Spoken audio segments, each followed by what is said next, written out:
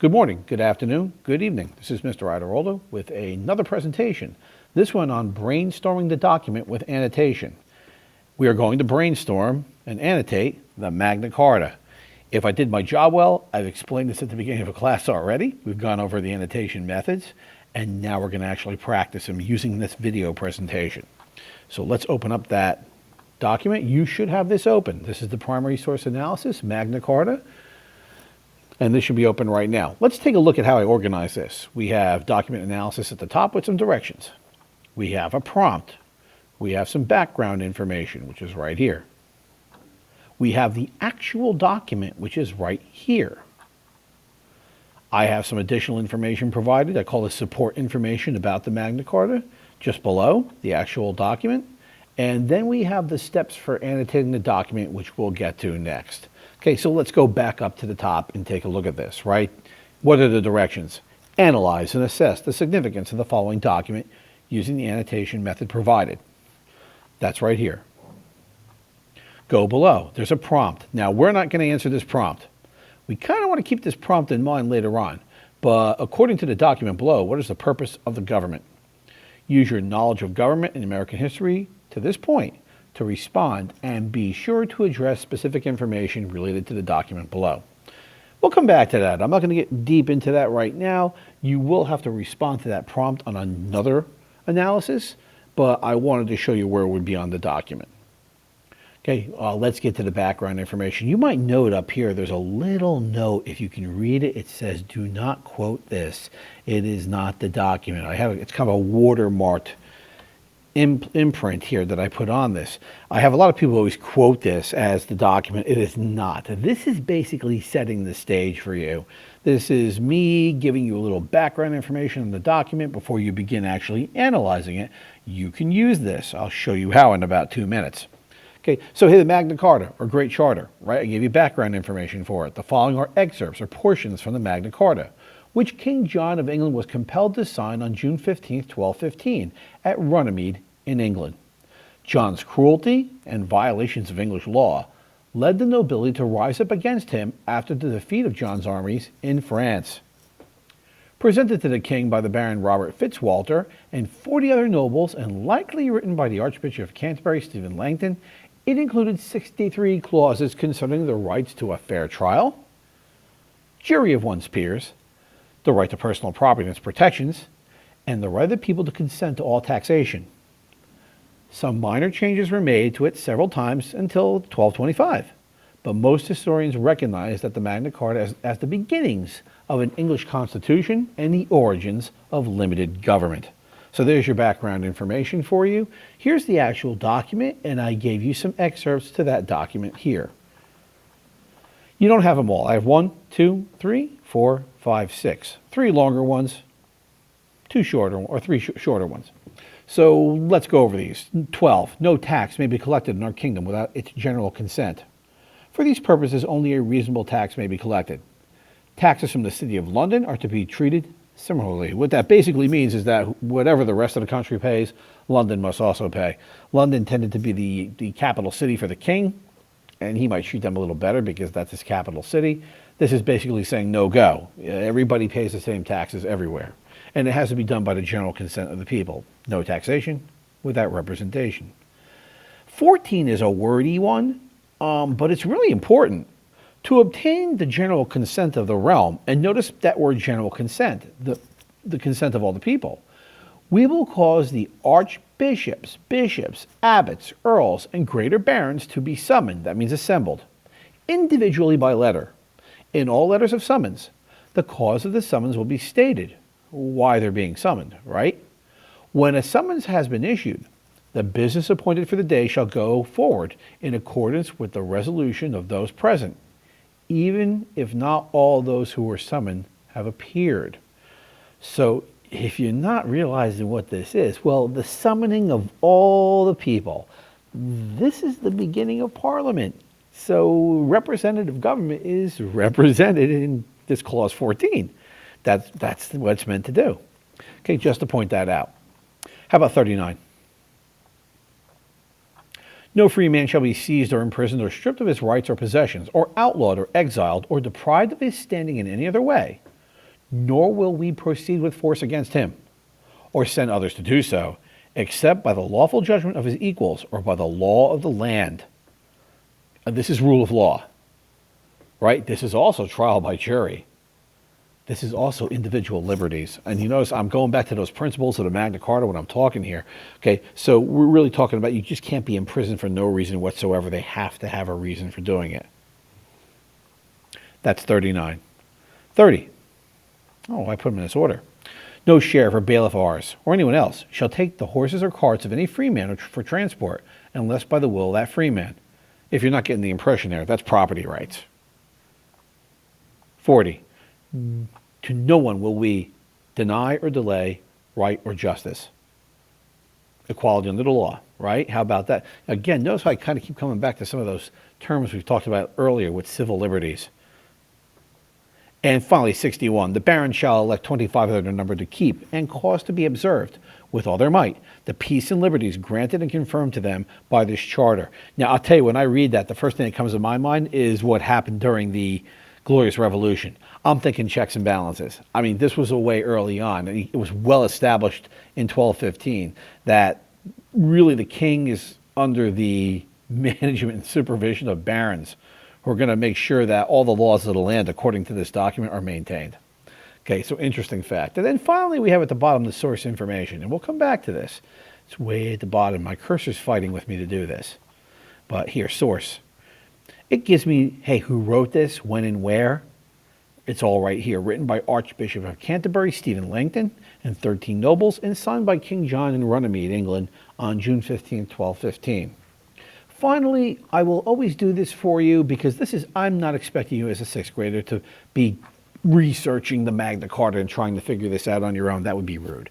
Okay, but I do note that several copies of the Magna Carta were created and distributed throughout several county courts in England. 4 of those copies have survived to the modern day, and almost all of them look very similar to what I have here. There's a version of the Magna Carta right there.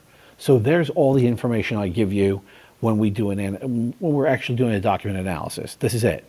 Okay, you also know I gave you the steps. So let's get to those steps. Okay, so hey, step 1, address key information. Highlight background information, important information about the actual document, reflections, reactions, or relationships to the topic. Now, how am I going to go about doing that? I'll be honest with you. When I do this, I go back up and I look at the background information first. And I'm going to put in comments. Now, if you've never done this before, commentary is not that difficult. You highlight a part of the reading, you go to insert, here's the comment link down below, the little box, and you put in a comment. Well, the first thing I'm going to note is that this is a primary source. Why am I saying that? It's from 1215. It's from the time period, written by people from then.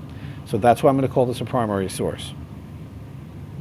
Next, I'm going to, again, look at this background information further. Background information, important information about the actual document, reflections, reactions. And you know what I'm noticing about this thing? First thing I notice is that I go here and I notice that King John was compelled to sign this. Compelled. Well, why is he compelled? And again, I'm going to go to insert, comment. Now, if your screen shows it to you, sometimes the icons come up right here. And I can just click on those and there you go. There's the comment. And what I'm going to note here is that the barons forced John to follow rules established by King Henry II. What are some of those things? Hey, such as, well, when I think of Henry II, I think of common law. I think of trial by jury and equality under the law. Really, Henry II did a lot of those things, and we can see John was ignoring those, right? So, John was ignoring those rules. We'll get to that in a minute. So there's my first comment. I did have a second comment here as well. I mean, I noticed that John's cruelty, his violations of England law led the nobility to turn against him. And I'm going to make this into another comment as well, right? John was cruel to his subjects. He taxed them heavily. He taxed them heavily. There you go. Got it. And what else did he do? He executed people without trial.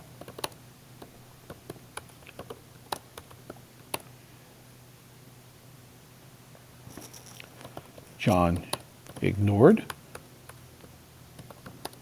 many of Henry II's legal reforms.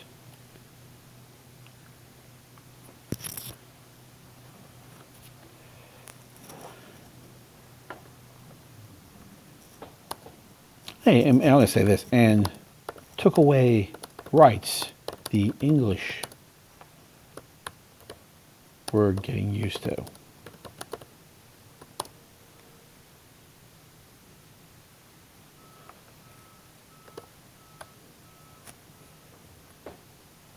When he lost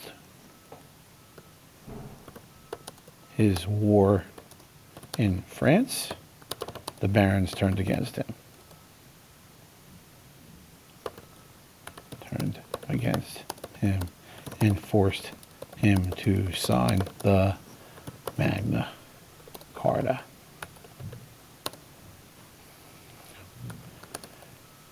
Which guaranteed many of Henry's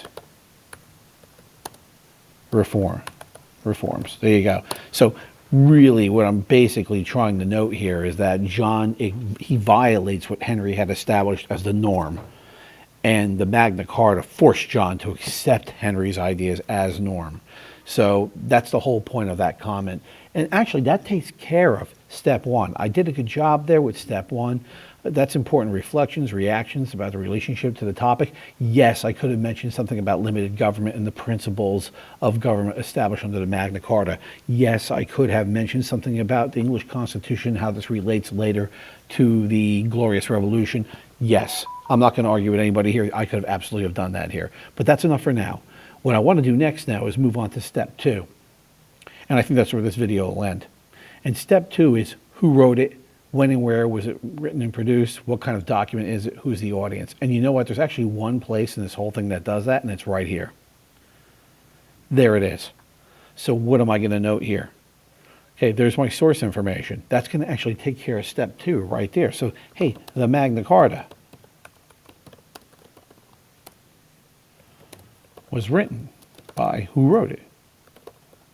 Guy's name is Stephen, make sure I spell that right, Langton, and several other nobles. I know it said something like 13 there, but I'm just going to see several nobles. And presented to King John. Now, if you don't know that, John is here. And I'm going to just kind of say that here. He's the audience. I mean, that's who they wrote it for. It's really for King John.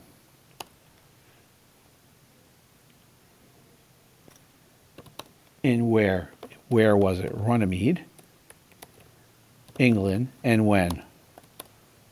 On June 15th, 1215. And hey, this makes it a primary source. It's from the time period, right?